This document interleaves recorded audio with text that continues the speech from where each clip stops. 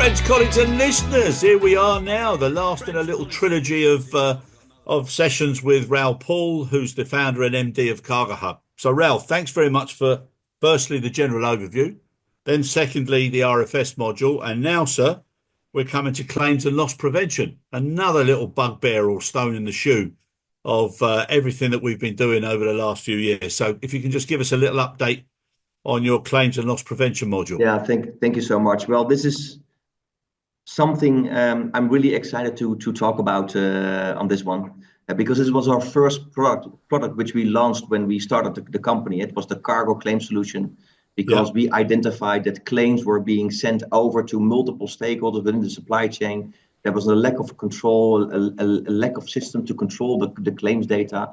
And most of all, we identified that freight forwarders and shippers, in order to enable them to file a claim against carriers, that it was not transparent on where to file the claims, and with all the individual claim portals from airlines, you have to register in, if you're a freight forwarder and dealing with 10 different airlines, then if there are claims, you have to register yourself within 10 different systems and with all the procedures which apply for that specific carrier. So that's something we identified.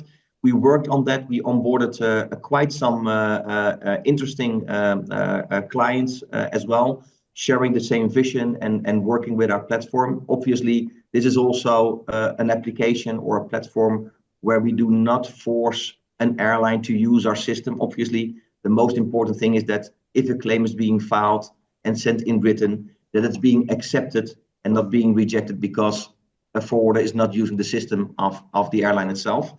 But the platform cargo claims, or the concept, or the, how do I explain, the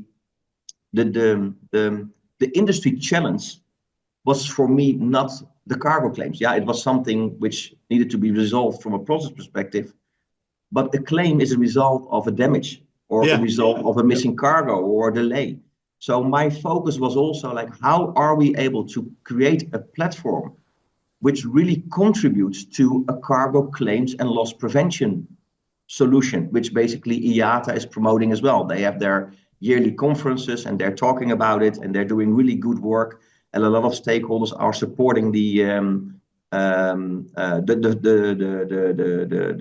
topics, the forums in that area. So that's really, really good.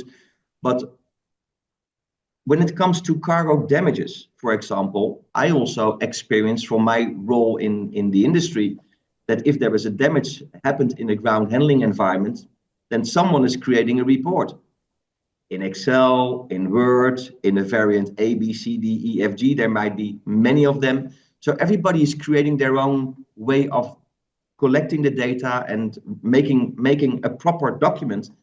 And then it's being sent to the airline. Yeah. But where is it sent to? And how is the airline capable of following up from a customer service perspective, from a risk and compliance perspective, and also from a liability mitigation perspective? Because if you receive a damage report and there was a severe damage and the weight involved is over a few hundred kilograms, then you can bet on it that it might result in a claim. Yeah. And if you already are able to anticipate on all this information, then in the end, you're also able to anticipate much more, much better in the claims area. So we had the claims, the damage process, which we have created a solution for as well. So it's being rolled out among several ground handling stations, but also among several airlines as we speak. So we're really happy that that part of the program now is getting traction. And last but not least, and this is, I would say, a primeur, the service recovery, the tracing activities. If something is getting lost, then everybody, 10 pieces on a manifest, 9 pieces are checked, and then everybody is starting to send emails to each other. One piece is missing at our end. Can you please advise anything left behind? So I know from my experience that it's not you should not be surprised that if you receive 100, 200, 300, 400 emails a day in regard to service recovery aspects. Yeah. And the same applies for the other side. And then the question is as well, how is the airline responsible for executing the contract of carriage and managing the delivery as promise ratio to control all these communication channels? How are they in control? And that was also something we identified and where we have built a new solution, a module within the cargo claims and loss prevention program, the platform we already have, to simplify the communication between all those stakeholders and basically to enable the airline to just log in into a system or fetch the data and we can send it to their system, where they can immediately see what happened, where did it happen, what kind of activities were executed by the ground handler. So a full and clear, transparent, I would say, service recovery control tower to enable them to execute customer service the way everybody wants to do it, but a lot of airlines are having a big time in getting the job properly done. So the cargo claims loss prevention program, as we speak, is now, I'm not saying has come to an end. I think it's the start, it's the beginning, basically, because now we have all the fundamentals in place to roll out a full cargo claims and loss prevention program for claims, cargo damages, but also the service recovery activities amongst the ground handlers and the airline. Yeah, and also it's got the capacity to upload visuals, pictures, everything is reports, there. etc. Everything is there. The documentation, communication, activity control, you name it. It's. I'm really excited that we have been able to construct the application the way we have been doing it right now. Because again, the company was founded in 2012.